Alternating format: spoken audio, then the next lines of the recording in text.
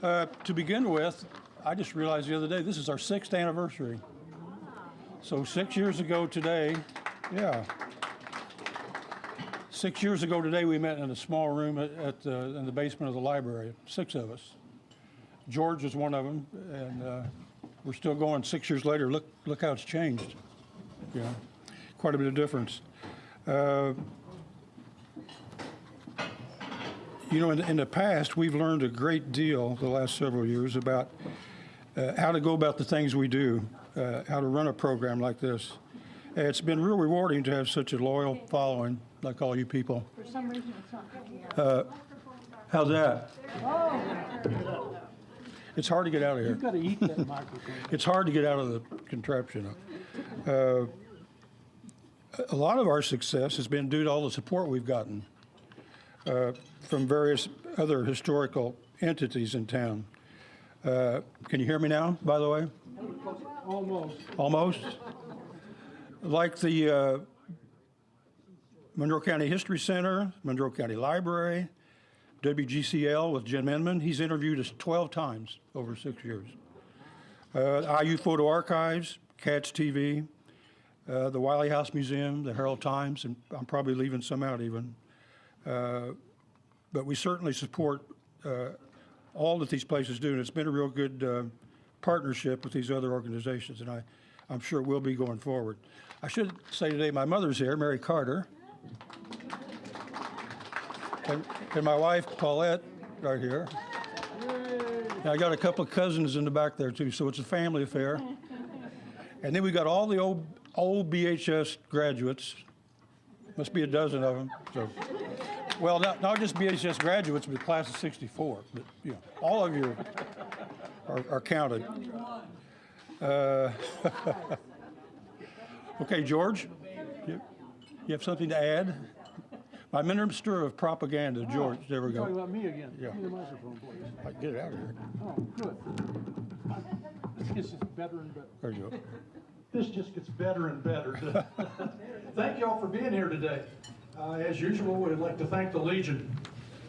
Chantal has been our server today, and she has done an outstanding job, pretty much by herself. I'd like to thank Marilyn Burke for helping across the tables. Always good. My wife, Mary, is here today. Now, I had to go all the way to Texas to marry her. She's not a local. Also like to thank Cats. Cats is always on the top of my list because you guys are great. I understand you're going to be doing a presentation next month or so. And looking forward to getting you here because there's so much that cable access television offers to a community that you folks need to know about. I'd also like to thank Me? you know, somebody calls me the minister of propaganda. You know, where is his head? Anyway, thank you all for being here. I know what it was.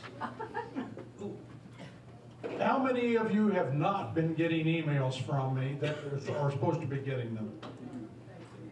Okay, now, check your spam folder. No, well.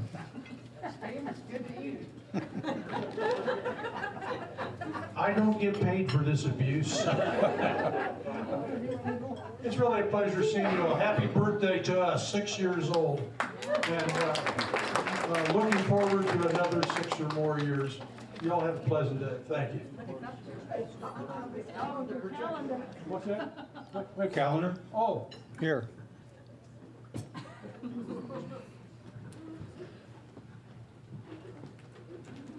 Monon calendars. How many of you know what the Monon was? Okay, now, it's going to be March here pretty quick. So I was selling these for $12 a piece back in January. So I'm going to knock it down to $10 each.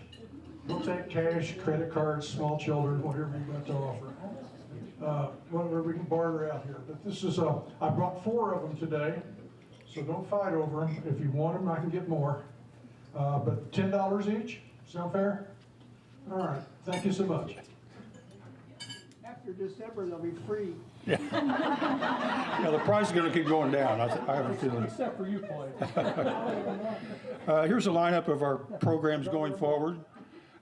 March 26, 2019, Christine Friesel of the Monroe County Library is going to give a program on the Underground Railroad as it relates to the county. She's discovered some new information lately that we haven't heard about, so I'm looking forward to that. April 30th, Michael White of Cats TV, our boys back there, is going to give a program on the history of cats and the many ways it serves our county, and it has for 40, 45 years.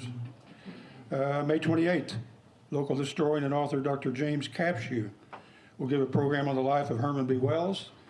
He's written a book about Dr. Wells and knows as much as anybody about him. June 25th, Brad Cook of IU Photo Archives will return for, I think, the 5th time to show more vintage local photos from the huge collection he has over at IU. July, our own George Carpenter, July 30th, will give a program on the history of the Monon Railroad. George did this once before, like 5 years ago. Yeah. And nobody was here, and we didn't have Cats TV, so we're going to do it again. Nobody remembers, and I can't be blamed. August 28th, John Summerlot will return to give a program on Indiana University and its military history. September 25th, this will mark the bicentennial month of the First Presbyterian Church in Bloomington, and local historian Owen Johnson, who gave our Bernie Powell program. We'll talk about that. October 29th, Randy Richardson will return to give a program entitled Randomly Selected Stories from Monroe County's Past. These are taken from a blog she writes for the History Center, and those are always very informative and entertaining. November 26th, Derek Ritchie will show more vintage photos from the Herald Times. We've still got more that we haven't shown yet. And that brings us to today. Carey Beam, the director of the Wylie House, who actually, she gave this program once before, but it was about at least 4 years ago. And we didn't have Cats TV then, so I asked her to do it again, and I think people will really enjoy it. She's going to give a program on the history of the Wylie House Museum and what all it has to offer up to date, and what all the families that lived there over the decades. So anyway, here's Carey.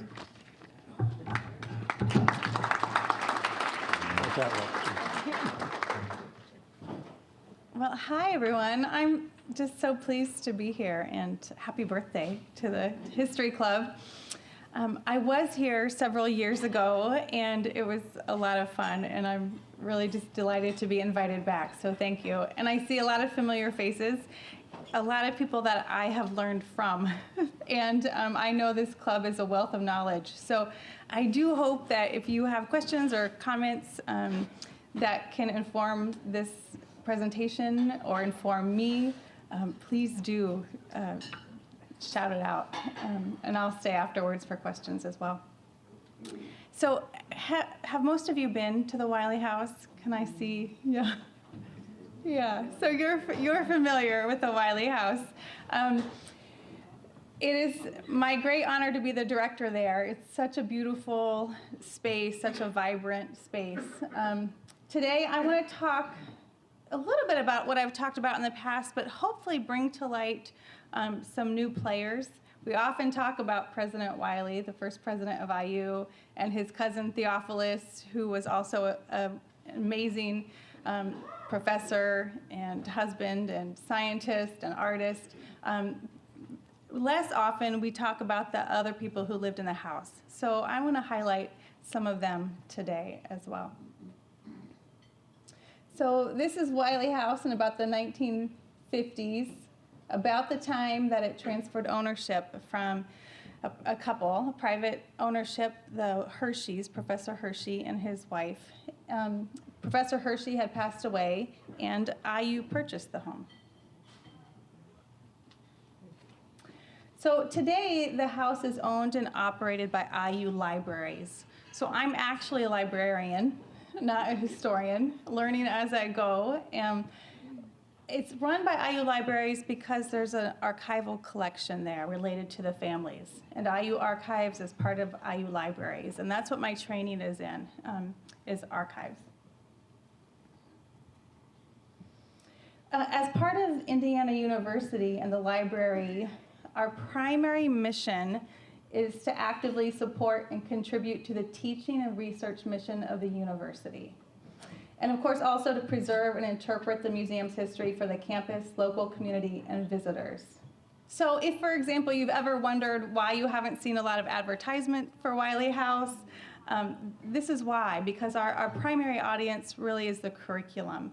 And with a small staff, we have to focus most of our energies on hosting IU students and faculty and researchers. We welcome the community and the public, and I just gave a tour before I came here to some out-of-town visitors, and it's one of my favorite things to do. It's just that as part of the university, that is our primary mission, to be academic.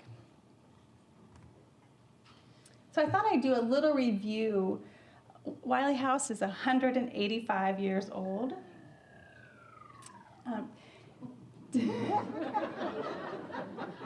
I need sound effects like that up here. If people start to get sleepy, I want that to go off. So it's 185 years old. For most of its time, it was lived in by two Wylie families. Those you're probably familiar with, and we'll talk about them. Andrew Wylie and his family, and then Theophilus Wylie and his family. After that, I mentioned the Hersheys.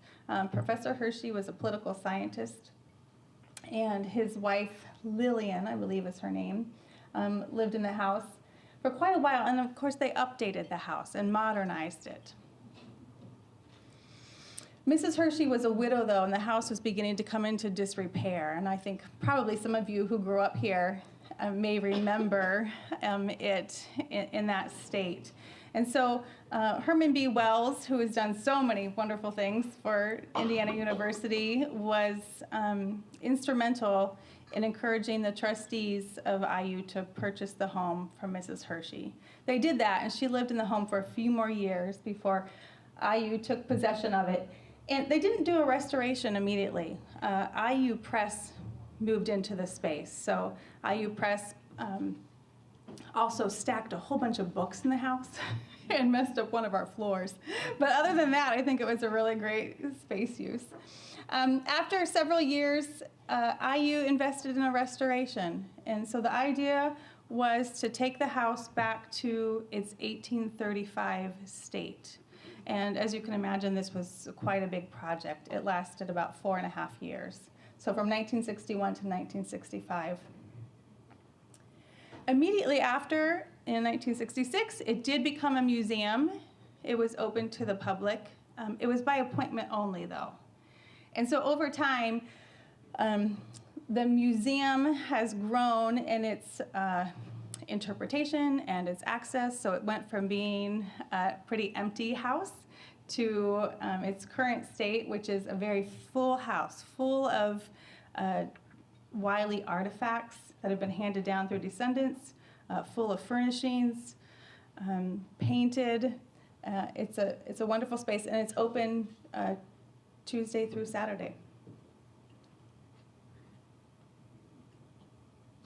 If you haven't been to Wylie House in a while, you may not have been into our education center next door.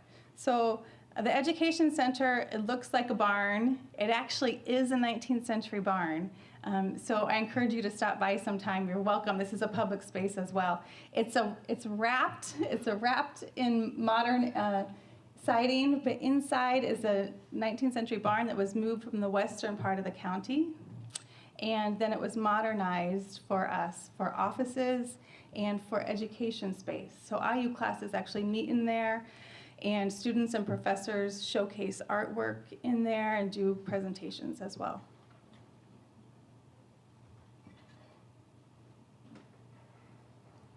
So I imagine most of you are also familiar with our gardens, but this is the perfect time to mention it as we're looking forward to spring and we're looking forward to our annual seed sale. So Wylie House, part of our interpretive efforts are to interpret the grounds with heirloom variety plants. We try and grow varieties that the Wylies would have had access to. We don't know for sure what all they were growing. We know of some things.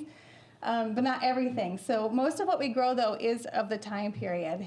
And then we have a seed producing production where we gather seeds. I shouldn't say we. We have a wonderful staff person named Carey Wylie and a lot of volunteers who work in the gardens, collect the seeds, and then turn those seeds around through a couple of different programs.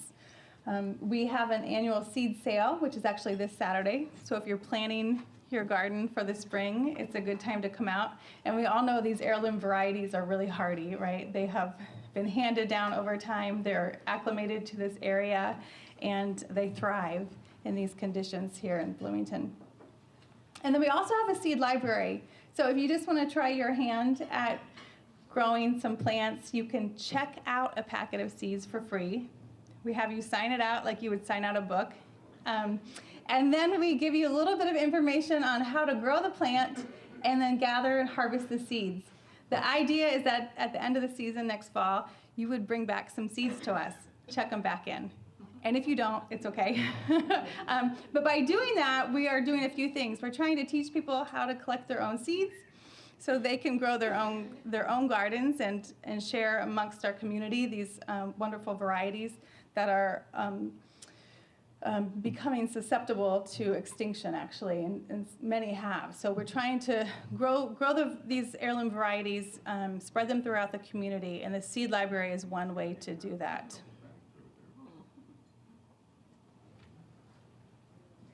And it's also just a pretty space. You're welcome to come walk through the gardens anytime.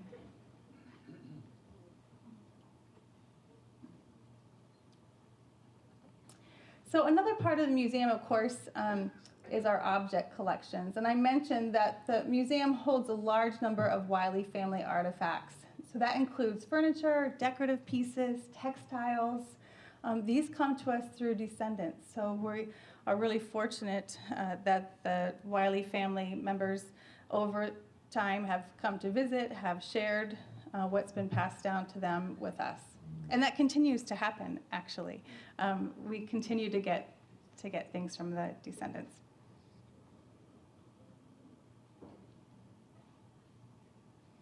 Yeah, and I'm going to talk a little bit about archaeology later in the presentation. But large number of domestic artifacts continue to be unearthed on the property. So especially since we're doing gardening, things come up in our digging, right? And then when the rain comes, it'll wash up pieces of china, glass, ceramic, bones. So we have a pretty interesting archaeological collection as well. And then I mentioned archival collections. This is the really fun part for me. Wylie family archival collections consist of correspondence. We have over 1,000 letters from the families. Photographs from that second part of the 19th century, of course. Sketches that the family did, financial documents, and then various ephemera like dance cards and calling cards, wedding invitations, baby hair, you know, all that sort of stuff that people save. We have that of the Wylies. So I know you're all familiar with this, but just to give a little context, right? Indiana University was established as the state seminary in 1820. In 1828 is when Andrew Wylie was recruited from Pennsylvania to become the president of the college. And this is about what it looked like at the time. And then the Wylie property, of course, was approximate to the campus. So he built his house right up on the hill, and he could walk down to campus really easily.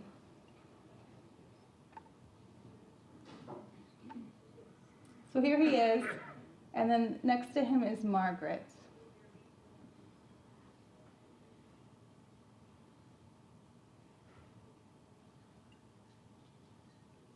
So they were recruited from, again, Pennsylvania. President Wylie was the president of a small college in Pennsylvania, Washington College, and then he was also president of Jefferson College. Today, it's a combined college. In fact, he wanted to combine those two colleges when he was there, and there was a lot of resistance. After he left, they did eventually combine. So he was recruited to come here, and there was a little bit of resistance, as we understand it, from Margaret. As you can imagine, she had grown up in Pennsylvania, in Chesterton. Her father was a successful merchant in town. Her whole family was there. And at that point in time, the Wylies had 9 children. So they were going to leave Pennsylvania, come to the frontier, essentially, and bring their 9 children with them. There were less than 1,000 people in Bloomington at that time. So we know that she could read and write. Her father was a supporter of those local colleges where Andrew taught and became president. She married one of the foremost academics of her time, right? And letters were written to her, and there are some letters in our collections that reference her letters, but we also know that she didn't like to write. And one of her sons references that in one of his letters. He basically says, "I'm sorry to be writing you directly. I don't want you to feel pressured to write me back. I know you don't enjoy doing that." But we know she could. So 12 children over a 24-year period.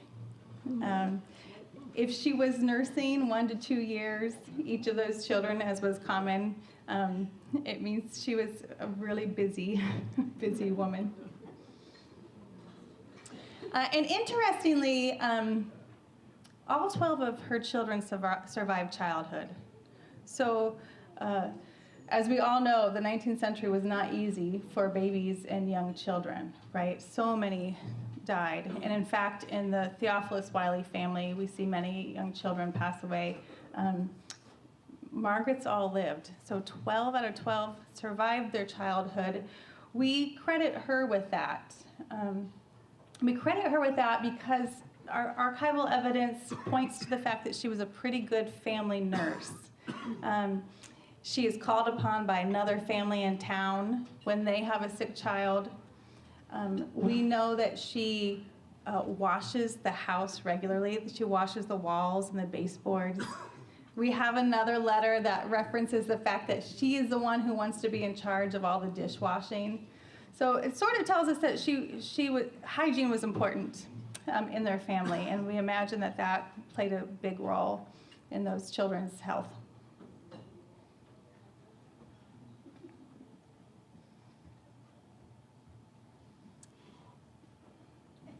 Speaking of health, I thought I would read you excerpts from a couple of letters that were sent to the Wylies while they were still in Pennsylvania about Bloomington. So they're trying to decide if they're going to come here. And David Maxwell, IU's trustee, writes on May 7th, 1828, he says, "I have now resided in Indiana for 16 years, and I unhesitatingly declare that Bloomington is as healthful a situation as any in our state or any of the western states. On the subject, I ought to judge correctly, having practiced medicine as a profession both before and since I came to Indiana." At the same time, one of the 2 professors here at the seminary, Baynard Rush Hall, also writes to them. He says, "I acknowledge it is a new town in a new country, but it is widely different in appearance from new towns generally. The work of improvement in all aspects is rapidly advancing. In regard to healthfulness, abundant evidence may be furnished that it is by far superior to most places in the West, and equally to any whether in the East or West. For instance, I have preached here to a small congregation for more than 3 years, and in this time I have buried but one adult person. And he died from a pulmonary disease. I have buried also one infant child, my daughter, who died of a peculiar eruption. Besides, I recollect in the whole town not more than 6 or 7 deaths, and all from casualty or some special and occasional disease. So he's essentially trying to let them know that this is not a disease-ridden place, right? People are dying from other sorts of things. They should not worry. So Andrew and Margaret do decide to come. They pack up 4 wagon loads of furniture. They head to Wheeling, and then they take a boat down the Ohio River to Louisville. So there they're met by some people from Bloomington with more wagons and a barouche. I had to look up a barouche. You know what that was, but it's a carriage, and usually we say carriage when we talk about this in the tours, but a barouche actually folds back, the top folds back, so it's a convertible carriage, essentially. So it's sort of fun to imagine who from Bloomington went down there with those wagons and brought them back up here.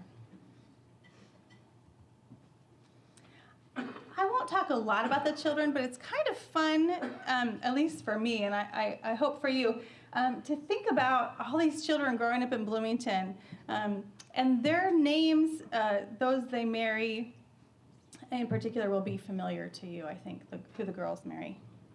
So the oldest of the children, Andrew Jr., becomes a lawyer, he becomes a judge, and he eventually is appointed by President Lincoln to the U.S. District Court of District Columbia.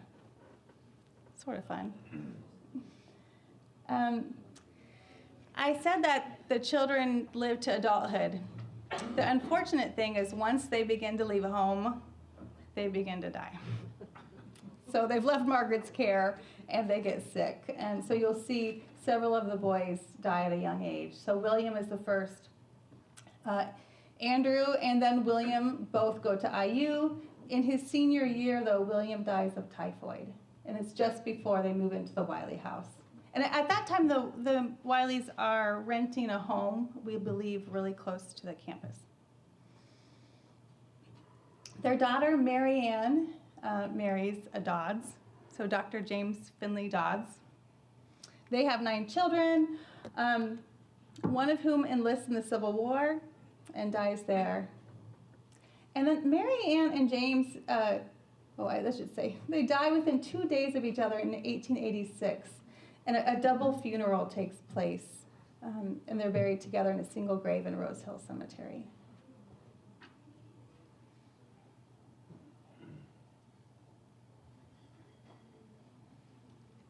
Another son, Craig, leaves home after attending IU. He moves to Louisville to teach, and he dies of typhoid at age 21. Then Elizabeth, she's now the oldest daughter at home. She cares for her mother and younger siblings until she marries John McCullough. So I imagine most of you are familiar with the McCullough name. He is the older sibling of Mary McCullough. Or Margaret. It's Margaret McCullough. Thanks, Margaret McCullough, who is the first female teacher and then superintendent in Indiana. He also owns a dry goods store on the square. I don't know if you can see this very well.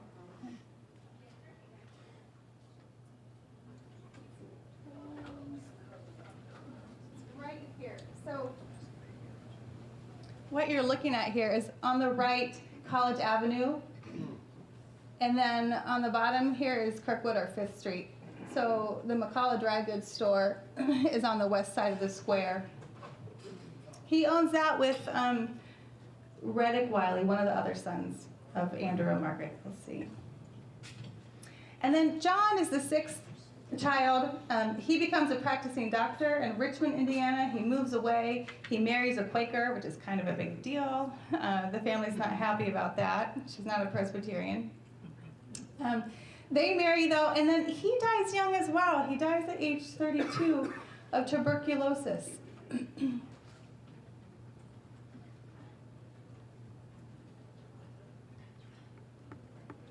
Samuel is the 5th son, also an IU graduate.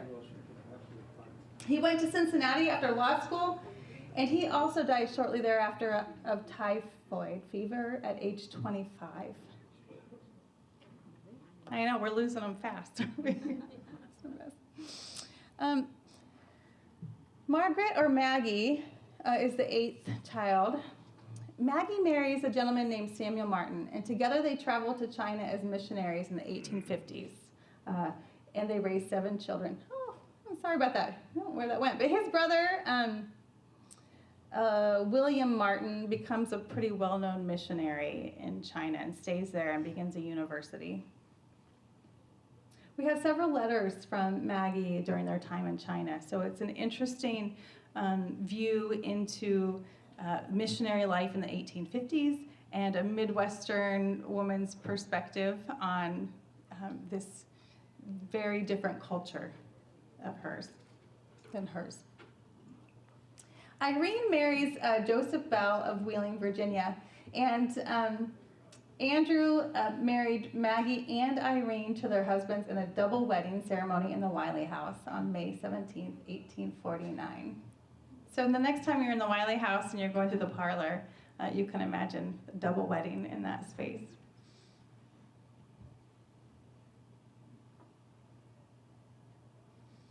So I know it's difficult to read. Thanks to the Monroe County History Center, we were able to get some copies of the primary documents that show the marriages of both Maggie and Irene.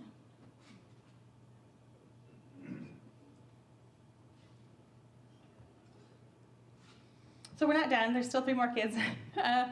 Reddick is a part owner of that store with Mr. McCullough. He's a farmer. He's a county commissioner, and he and his wife Madeline have 4 children. The Reddick Wylie farmhouse, if you've heard Derek Ritchie's talk on this, you'd be familiar with the fact that this house was down on Walnut Street, where Bloomington High School South is now. There's a Wylie Farm Road there as well. So that was about 400 acres that Reddick farmed down there. He's the only son that stays in Bloomington. Anderson is the youngest son. He becomes an Episcopalian minister, marries a woman. They move to the East Coast to raise their children. He lives much longer, but still dies a pretty young death.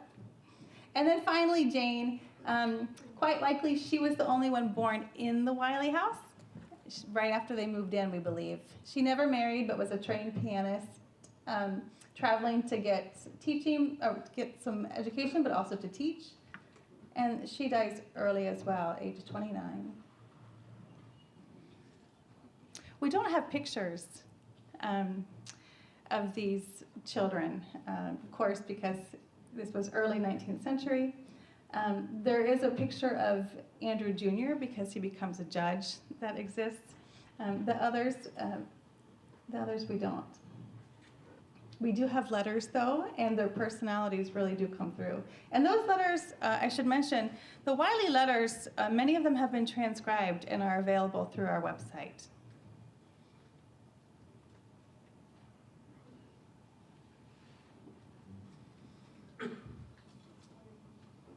So Andrew and Margaret both die in the 1850s. Andrew has a younger cousin named Theophilus, who's in Philadelphia. And Andrew has invited him to come teach at IU. He comes with his wife, Rebecca. And after Margaret dies in 1859, I have some mistakes here, I'm sorry. They move into the house. Theophilus dies in 1895, and Rebecca remains in the house until 1913, and she dies at the age of 100 years old. In fact, she's almost 101 when she passes away. So Theophilus was a professor of sciences, also languages. He was quite the Renaissance man. He was very interested in gadgets, so he was interested in the telegraph, he was interested in batteries, he was interested in the telephone, and we believe that the first telephone in Indiana was strung from the Wylie House down to one of the campus buildings.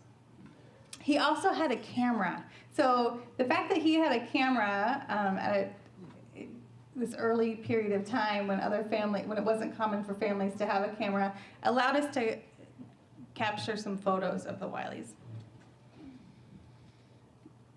So this is one of my favorites. I'm going to pass copies of this one around. So this is the Theophilus Wylie family leaning out of the house.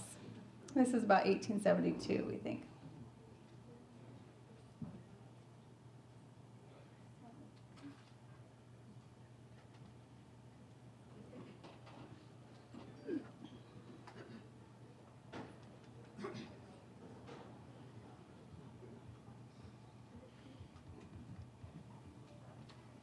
Was Theophilus the one that took the photos from the roof?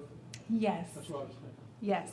So Theophilus documents so much for us. These photographs help us interpret the museum and tell the family's history.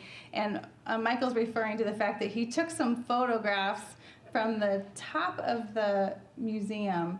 There's a widow's walk up there. And Andrew Wylie and Theophilus Wylie were both students of astronomy. And so we imagine they spent a lot of time up there studying the stars.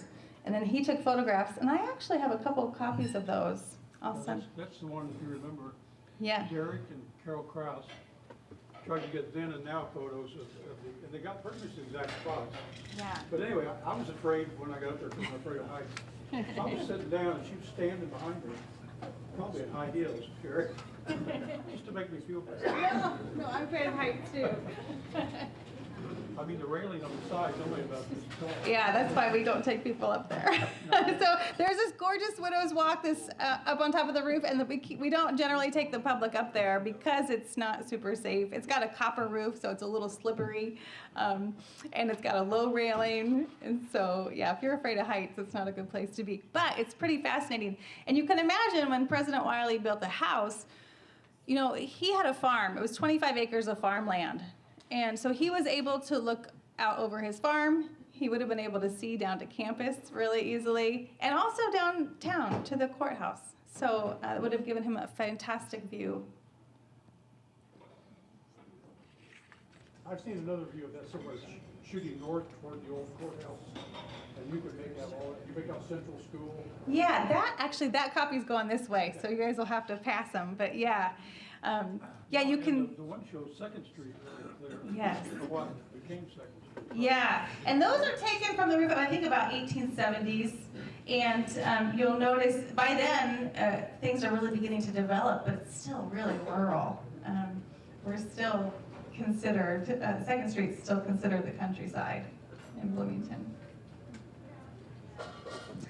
So I thought I'd tell you about some of the children that grew up with Theophilus and Rebecca in that house.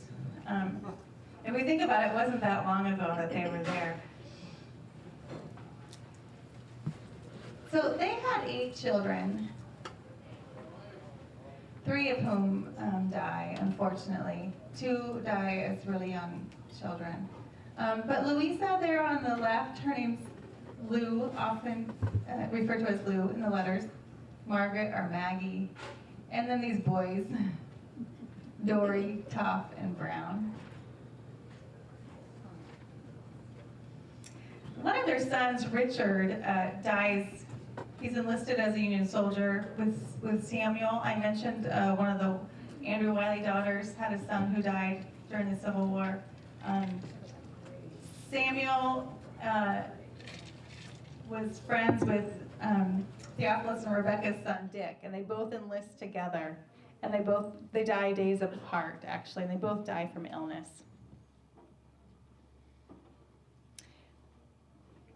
They also had 2 little ones who died, one at the age of 22 months and another at the age of 2.5. They're all buried in Rose Hill Cemetery as well.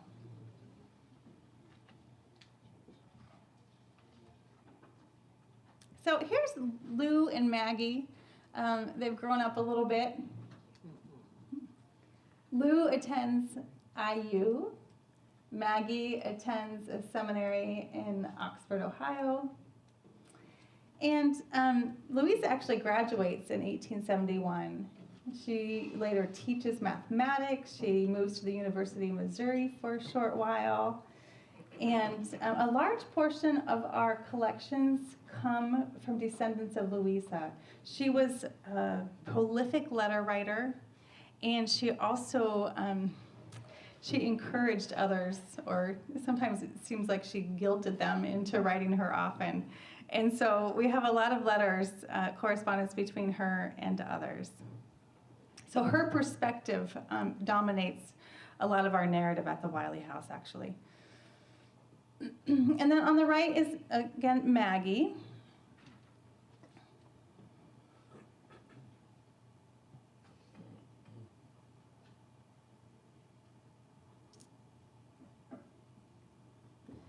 So Maggie, she wants to become an artist. So we have her diaries, and she wants to become an artist. She never becomes a professional artist, but she does do oil paintings, and she gifts this painted china to her sister, Lou, and it's in our collection at the Wylie House. So next time you're there, you can see that. It's one of the earliest symbols of IU that the archives knows of.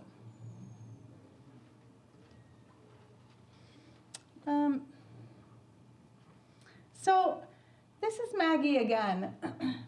Maggie actually marries a student boarder. So aside from all of the children in the house with Andrew and Margaret, there are also IU students boarding there. And this was pretty common. IU students were boarding around town because the student population is growing pretty quickly. There aren't enough campus rooms for them to live in, just like today. And so they're staying around town, and some are staying with President Wylie and his family. Arthur Millett is one of them. Oh, I'm sorry, with President Wylie's family, and then also Theophilus and Rebecca's family, sorry. So he's living with Theophilus and Rebecca. They continue to have boarders, both families do. And Arthur is living there. He and Maggie eventually get married. Does anyone know who Arthur Millett is, who he becomes, what he does? So he's an IU graduate. He becomes a lawyer and an editor in Indiana. And then he moves to the Dakota Territory. He becomes governor of the Dakota Territory, and then he's actually the first governor of South Dakota. Part of the reason they moved there actually is because Maggie's in poor health, and he believes that that dry climate will cure her. She actually, her letters tell us that she actually, I don't know if she has a miserable experience in the Dakotas, but it's a lonely experience there, as you can imagine. There are fewer people than there are in Bloomington, right? And the distance between her and others is great, and so she writes home about that quite often.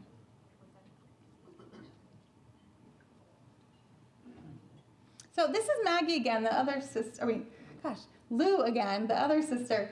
She also marries someone living in the house. So this German gentleman is a professor. His name is Herman Boysen. He's a young professor. He's living in the house, and so this sister also marries someone there. So we often imagine that there was probably some great romance occurring in the Wylie house. Herman dies, though. He dies really young, leaves Louisa with 2 young children, Anton and Marie. Lou, they actually were both born in the Wylie house as well. So Herman, her husband, he's teaching and he's traveling. And when he's traveling, she's living back home with Rebecca and Theophilus. Both the children are born there. And then a few years later, they all move back and they grow up in the house. This is Lou, again, as an older woman on the right in front of the Wylie house.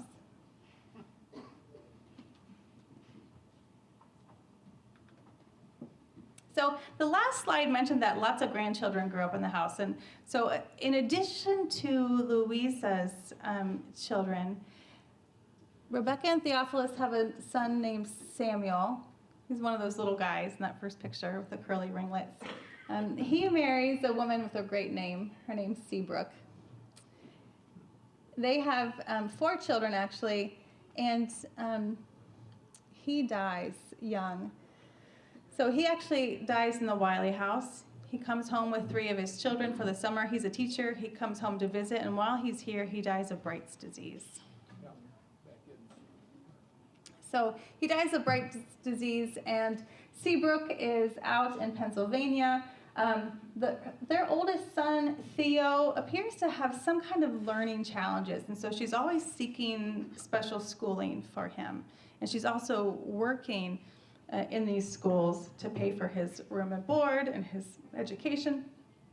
And so she is coming home to Bloomington to visit occasionally, but these 3 children grow up, Sam, Lawrence, and Reba, grow up in the Wylie house as well with Anton and Marie. So Theophilus and Rebecca have raised their children, and now they have grandchildren in their home.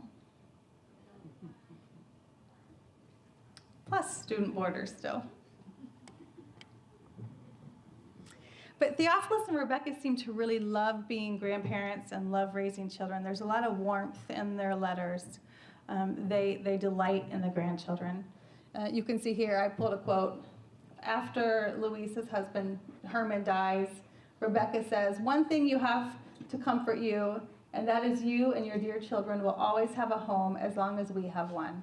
And we will all be glad to have you with us again." On the left, I mentioned that Rebecca lived to be 100, and there she is. This is her 100th birthday. We have a lot of photos from this celebration. So she's 100 years old. Her daughter, Lou, is the other older woman who had moved back home and stays at the home with her son and daughter. There's Marie, who's also now grown and has her own baby, Louisa. And you know how these families are, all the names repeat, right? So we've got a lot of Lou's, a lot of Margaret's.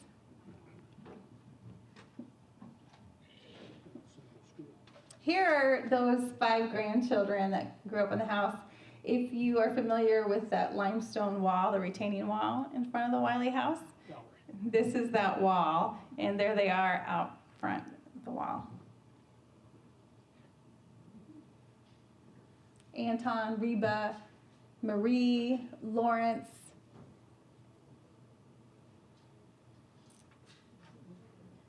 Oh, and there's Lawrence over here, a little bit older. Oh, and Sam down there.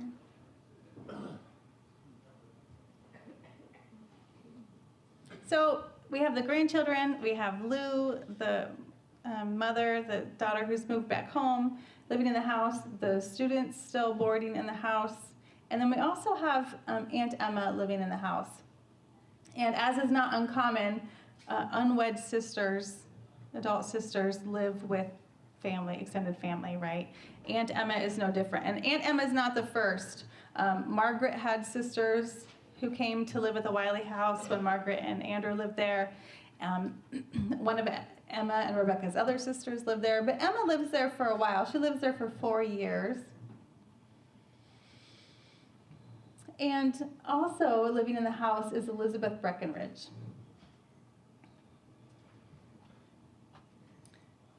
So I want to tell you a little bit about Elizabeth.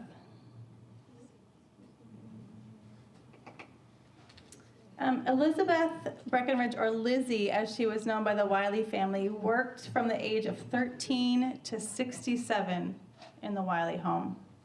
She was a domestic servant for Theophilus and Rebecca Wylie. We know she lived in the house with them. We do not know which room she occupied or if her rooms changed over time. I imagine they would have. Through her many years of housekeeping and childcare at the Wylie house, she developed a maternal role with those grandchildren in particular.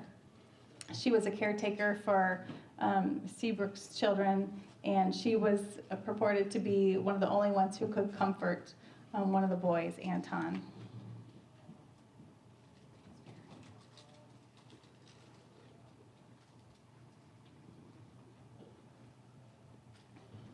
So Elizabeth, or Lizzie, is the daughter of freed slaves.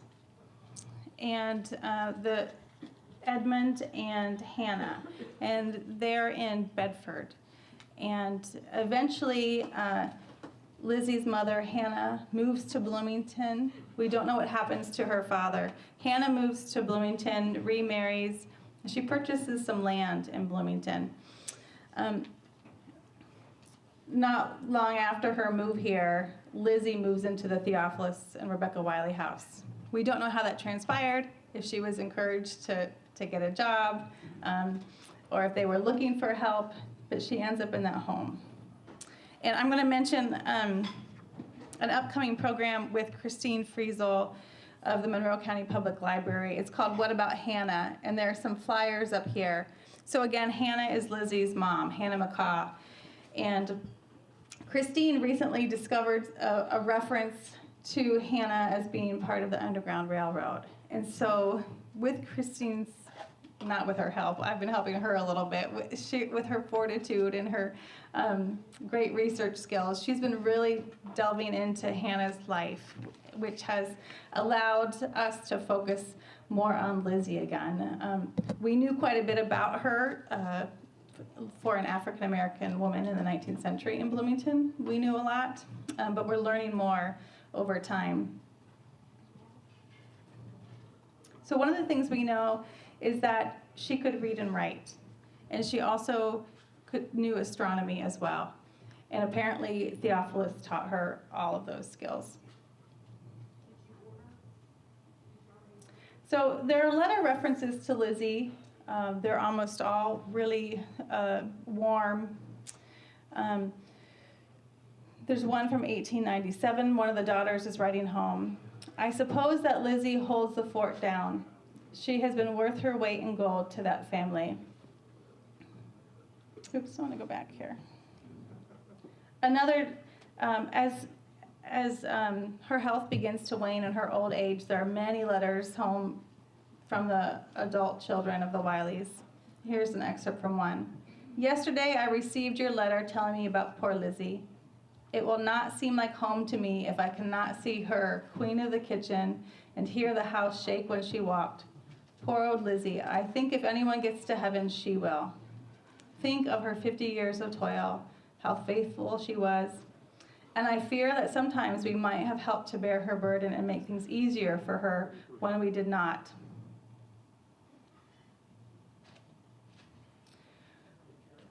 When she is at rest, surely her next life will not be so hard.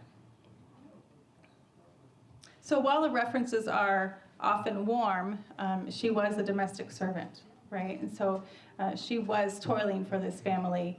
We know that she was not only taking care of the children, but of course she was cooking and gardening, bringing in the water from the well, bringing in the wood for the stoves, doing most of the labor, the domestic labor. This is pretty cool though. Lizzie eventually buys a house in Bloomington on South Washington Street. So right across the street from where the Rise is now, there is a plot of land, and that was hers. So it was shortly before she died in 1910. She purchased a home on South Washington Street, kind of behind what is now the Chocolate Moose, more than across from. So the square in the top right-hand corner is 3rd Street Park. The square, top square on your left, is the Project School. There's the Chocolate Moose, and then that circle is Elizabeth's home. And then over down here to the right is the Wylie House, so not far from the Wylie House. She paid $650 for that house, and the house was eventually sold for very little at auction for $71 in 1917. So the fascinating thing is that she is an older, single African-American woman, and she purchases her own home. The unfortunate thing is that she dies only months later. And she actually dies in the Wylie house, so we don't know how much time she actually got to spend in her own home.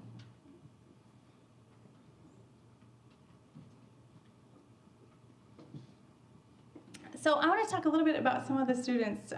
Besides Arthur Millett, who became governor of South Dakota, there were some other fantastic students who lived at the Wylie House for a while.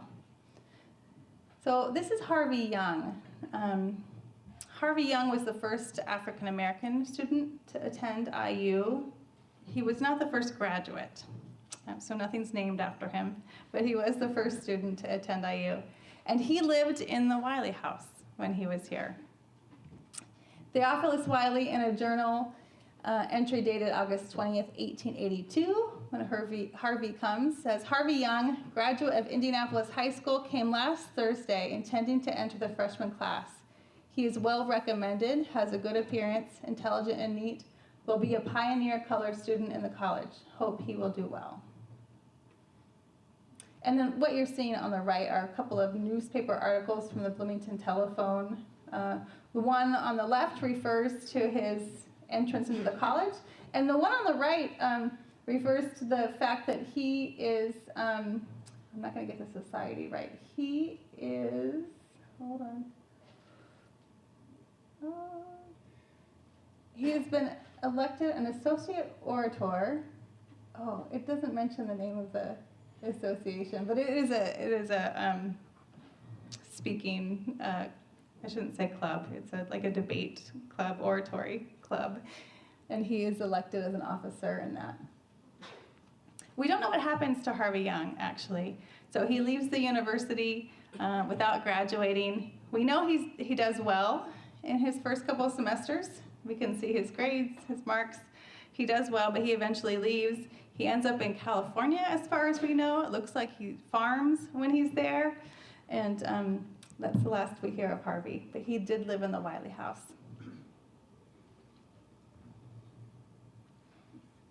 Another student who lived in the Wylie House, another pioneer for Indiana University, was Sarah Park Morrison.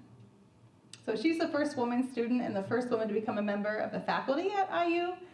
She lived with the Wylies for several months in 1867 and appears to have resided with them at some point prior to that as well. There are there are several letter references to her time with the Wylies.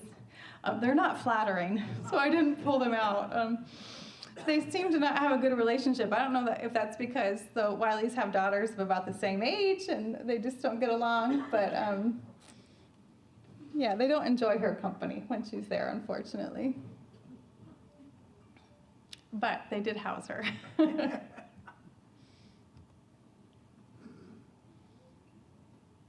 So again, this is the Theophilus and Rebecca Wylie family. It's just a sweet, if blurry, photo of them with their grandchildren. Okay, so I want to talk a little bit about a project that has been going on at the Wylie House.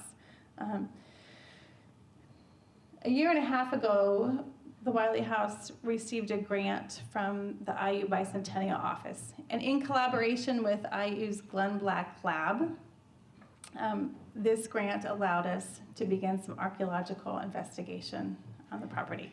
I mentioned earlier that artifacts often turn up, right? And so we have had over the years all these pieces, fragments turn up, and we are not trained archaeologists. So we've known for a while that we wanted to do something professional and also educational that had to do with domestic archaeology.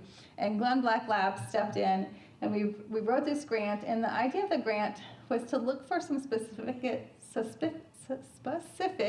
structures on the old farm property.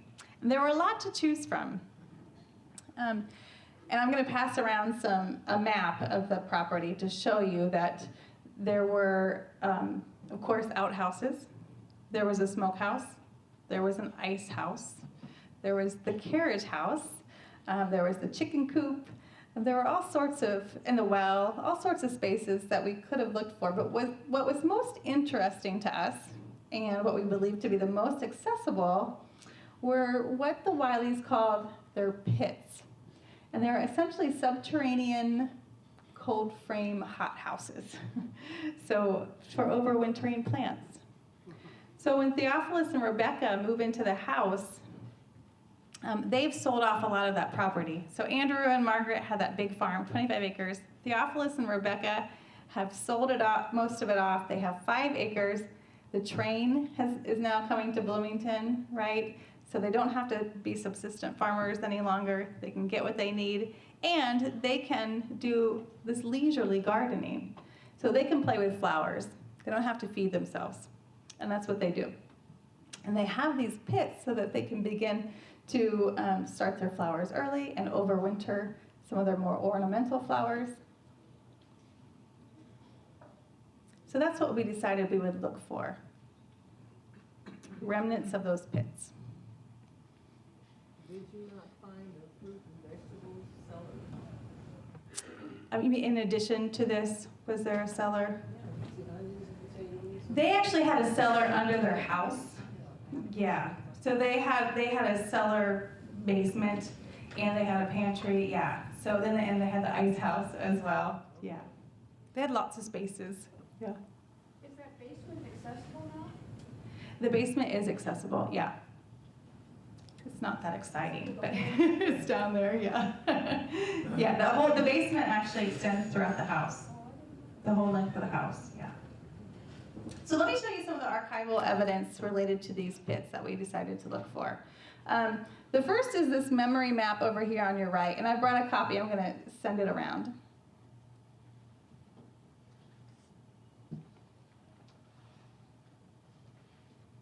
So one of the grandchildren that lived in the house, as an older gentleman, returns to the Wylie house in the 1950s and draws us this fantastic memory map. And the memory map points out where the features are. So I know it's difficult to see here, but it shows us the ice house and the outhouse and the orchards and the garden pits. Another piece of archival evidence that refers to their pits is this piece in the middle. Marie, one of the grandchildren that grows up in the house, does the school writing, and the school writing is about the pit.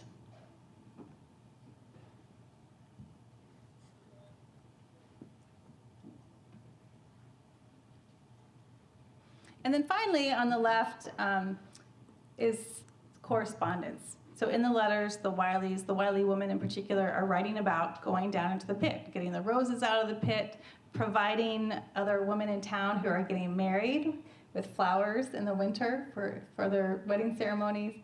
And so we have all this evidence, and we have all this kind of interesting voices of the women who are working in these pits.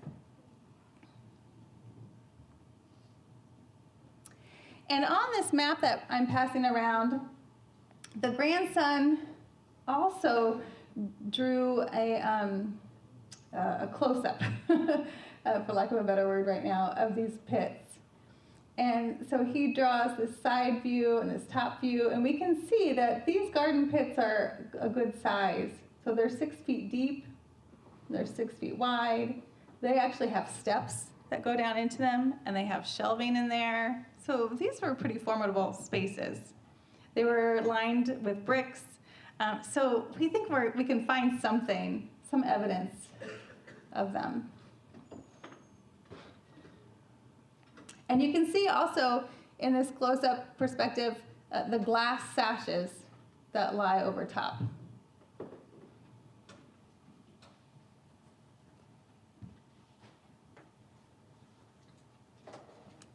That first slide I showed you were these images, and these images are photographic evidence of the pits as well, the only 2 that we have. And you'll see a bit of the glass peeping out of the ground here, and here we have Lizzie standing in front of a pit, an open pit.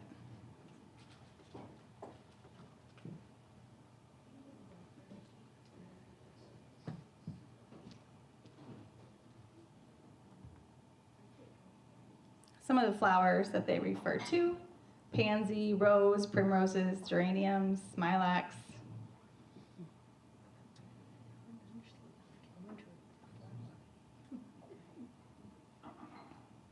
And we also know that Louisa She's not only writing letters, but she's writing gardening essays. In her essay, she waxes poetic about gardening. Again, remember, this isn't to feed themselves. So she says, "Does it pay?" I answer yes. Not always in dollars and cents, but in health and strength and pleasure, and in creating a love for the beautiful and pure. She actually travels to the Columbian Exposition in Chicago, and she is a judge at the World's Fair for flower gardening. We have a ribbon in our ephemera collection from her time there, and also her pass into the fair.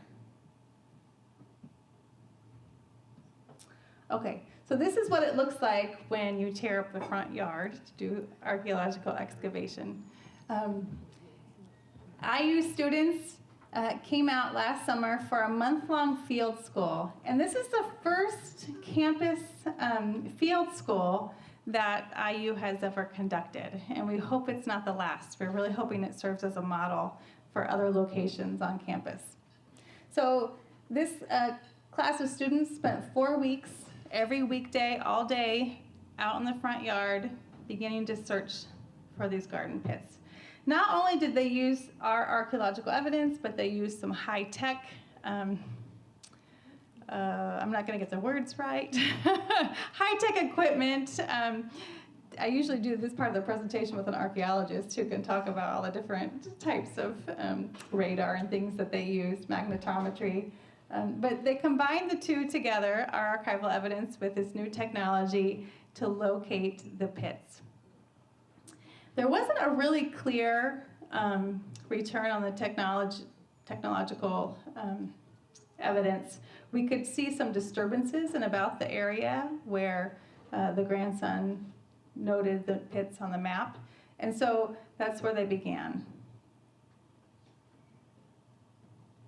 You'll see a couple of students here. They're holding up some artifacts that they found, and I know it's hard to see. One has a little toy horse.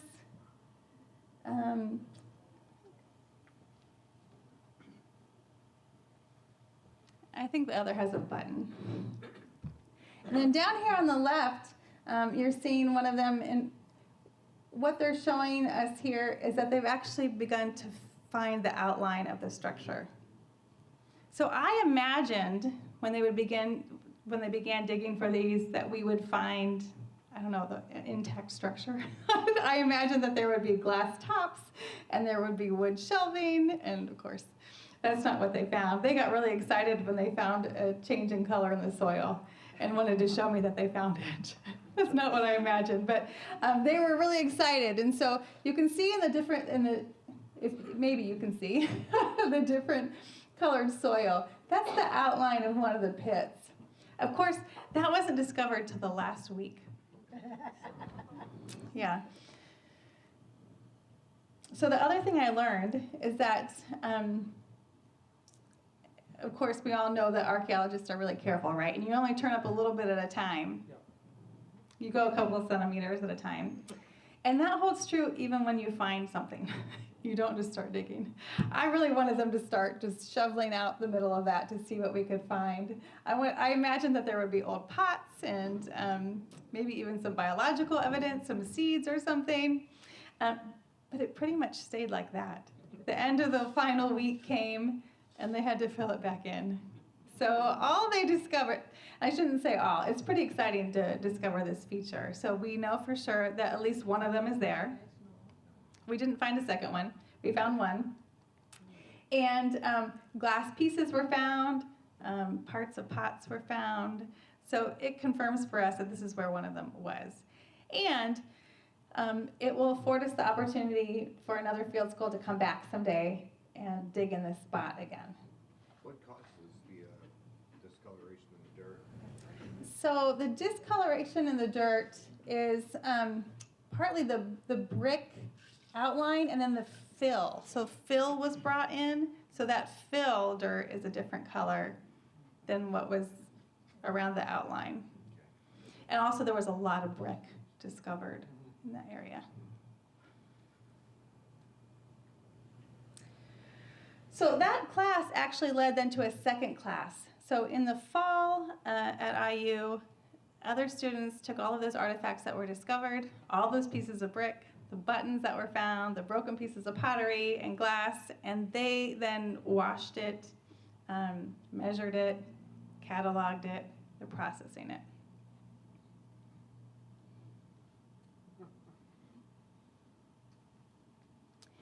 So I always think of Wylie House as a nexus between campus and community. It's such a sweet place that it is part of campus heritage and also part of Bloomington heritage. And we try when we have educational programming or academic programming to make that open to the public as often as we can. And so we wanted to do that with a field school as well. And so every Friday of this field school, we invited the community to sign up to work in the pits and to do some digging. And that was really successful. We had wait lists for it, and we had all kinds of people coming out to work with the students and get their hands dirty. And this is some of them.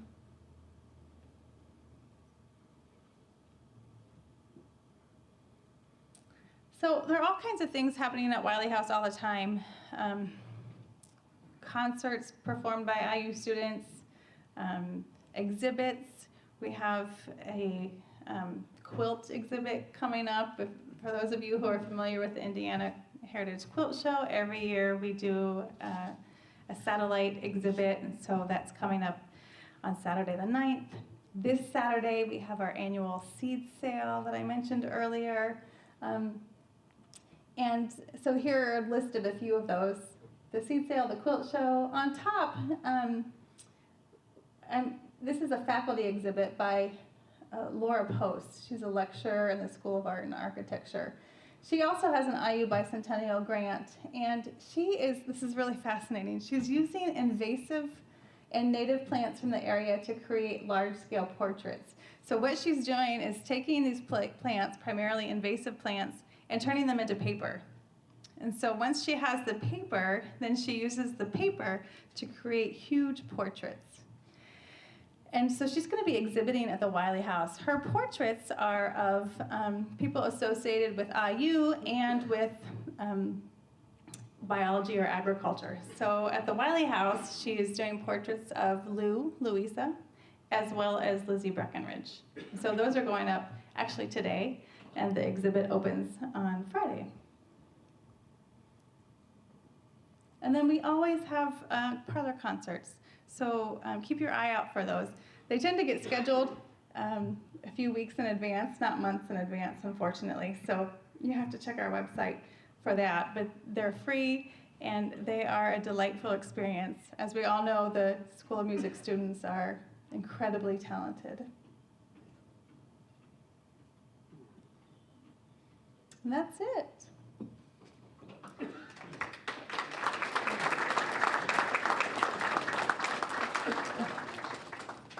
I have some other pictures up here, not many, but a few of the Wylie farm, and I brought the 2 compilations of the Andrew Wylie family letters if you wanted to look through them and read. Yeah. No, not yet. Did they? We don't know. I don't know if they did in particular, but in that time, of course, it was possible. Yeah. Yeah. Do you know what point they got indoor plumbing and things like that? I So I assume they didn't way back when. They didn't way back when. The indoor plumbing comes, I'm going to say not until almost 1900-ish, maybe a little after. Did they get rid of the outhouse when they did that? No, the outhouse was still there for quite a while, I think. Maybe even until the Hershey's moved in, is what I think. Yeah. Well, I hope you'll all come and visit. Again, things change slowly there, but they do change. We are always adding things, and students are doing exhibits, and I'd love to see you at the Wylie House sometime. So thank you. Have a good afternoon. Oh, did you have a question?